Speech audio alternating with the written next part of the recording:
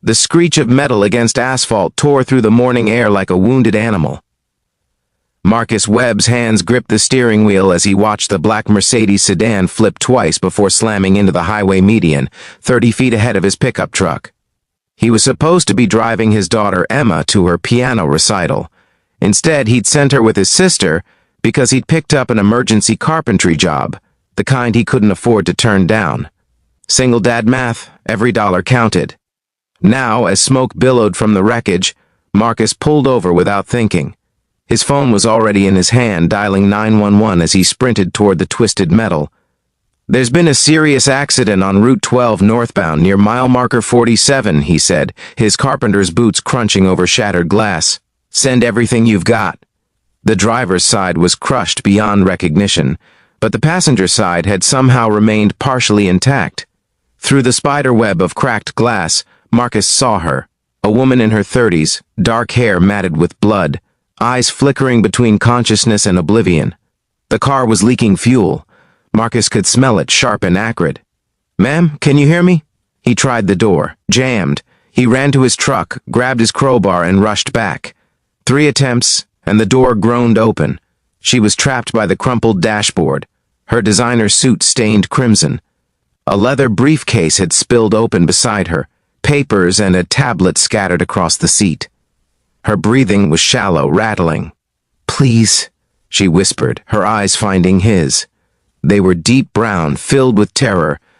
"Don't die, my daughter, 7 years old. Tell her." "You're going to tell her yourself," Marcus said firmly, assessing the situation with the practiced eye of someone who'd built and deconstructed 1,000 things. The dashboard had her pinned at the hips. He positioned the crowbar. "This is going to hurt, but I need to get you out. That fuel—" "Just do it," she gasped. Marcus leveraged his full weight. The metal groaned, shifted an inch, 2 inches. The woman screamed, but he kept going until there was enough space. He tossed the crowbar aside and carefully worked his arms under her shoulders and knees. "I've got you," he murmured, lifting her as gently as he could. She was light, too light. He carried her away from the wreckage, 20 yards to the shoulder, and laid her on the grass. Her eyes were closing. Blood pooled beneath her. No, stay with me." Marcus pressed his flannel shirt against the worst of the bleeding on her side. "What's your name?" "Victoria. Chen." Her words were barely audible. "I'm Marcus. You're going to be okay, Victoria. The ambulance is coming. I can hear the sirens. My phone, briefcase." She tried to move. "Don't worry about that. Just breathe. Important, passwords, all in there. Company, thousands of employees." Marcus glanced back at the smoking car. It could go up any second. "Please," Victoria whispered, gripping his wrist with surprising strength. "Everything I've built." Marcus looked at her face, saw the desperation there, not for herself, but for whatever was in that car. He understood that look. He wore it every time he worried about providing for Emma. "Damn it," he muttered, and sprinted back to the Mercedes. The heat was intense now. He reached through the passenger side, grabbed the briefcase and the tablet, then ran back just as flames began licking up from beneath the hood. "Got it," he said, kneeling beside her again. "But none of this matters if you don't stay alive, you understand me?" Victoria's lips curved into the ghost of a smile. "Stubborn, father of a 7-year-old. Stubbornness is in the job description." The ambulance screamed to a stop and paramedics swarmed. Marcus stepped back as they took over, watching as they worked with controlled urgency. One of them looked up at him. "You got her out?" The car was leaking fuel. "Good call. Another minute and—" He didn't finish the sentence. They loaded Victoria onto a stretcher. As they lifted her toward the ambulance, her eyes found Marcus again.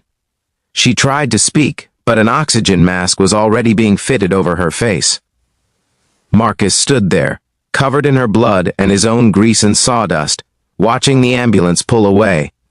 A state trooper approached, asking questions he answered mechanically. Yes, he saw the car flip. No, he didn't see what caused it. Yes, he pulled her out. We'll need your contact information for the report, the trooper said. Marcus's phone buzzed. His sister, where are you? Emma's recital starts in 30 minutes. His daughter, her big day. And here he was, a blood-soaked mess on the highway. Actually, Marcus said to the trooper, I need to go. My daughter, sir, this will just take a minute. I gave you my statement. That woman is alive. I need to be with my daughter. He handed over his driver's license long enough for the trooper to photograph it, then headed to his truck. His hands shook as he gripped the wheel. The adrenaline was wearing off, replaced by the shakes that came after. But he drove to the community center, parked, and walked in still wearing his blood-stained shirt because he had nothing else. Emma's face lit up when she saw him in the audience. That was all that mattered. He didn't think about Victoria Chen again until 3 days later, when a man in an expensive suit appeared at his workshop. Marcus Webb? The man asked. That's me. Marcus continued sanding the cabinet door in front of him. My name is David Huang. I'm the COO of Chen Technologies. You saved my boss's life last Monday. Marcus looked up. How is she? Stable, recovering, thanks to you. David pulled out a business card. Miss Chen would like to thank you personally. She's been asking about you since she regained consciousness. That's not necessary. I think it is. You not only saved her life, you went back for her briefcase. That briefcase contained encryption keys to systems that protect the personal data of 15 million users. If it had fallen into the wrong hands... David shook his head. We're talking about a catastrophe. You also saved her company. Marcus set down his sandpaper. I just did what anyone would do. But not everyone did. Surveillance footage shows 7 cars passed that accident before you stopped. That hit Marcus harder than he expected. 7 cars. 7 people who decided it wasn't their problem. Look, David continued, Miss Chen wants to offer you a reward. No. Marcus's voice was firm. I don't want money for that. Then what do you want? Marcus thought about his daughter, about the bills stacked on his kitchen counter, about the college fund that barely existed despite his best efforts. Nothing, he said finally. Tell Miss Chen I hope she recovers fully. Tell her to hug her daughter tight. That's enough for me. David studied him for a long moment. She said you might say that. She also said to give you this anyway. He placed an envelope on the workbench. I can't. It's not money. It's a letter. Read it or don't. That's up to you. David nodded and left. Marcus stared at the envelope for an hour before opening it. Inside was a handwritten note on thick, expensive paper. Marcus, I'm told you refused a reward. I'm told you said saving my life was just what anyone would do. But I was in that car, watching you risk yourself for a stranger. I saw your face. That wasn't duty, that was choice. You don't know me, so let me tell you, I built my company from nothing. I know what it means to struggle, to sacrifice, to worry about providing for someone you love. You mentioned your daughter at the accident scene. I have a daughter too. She's the reason I fight so hard. I can't force you to accept help.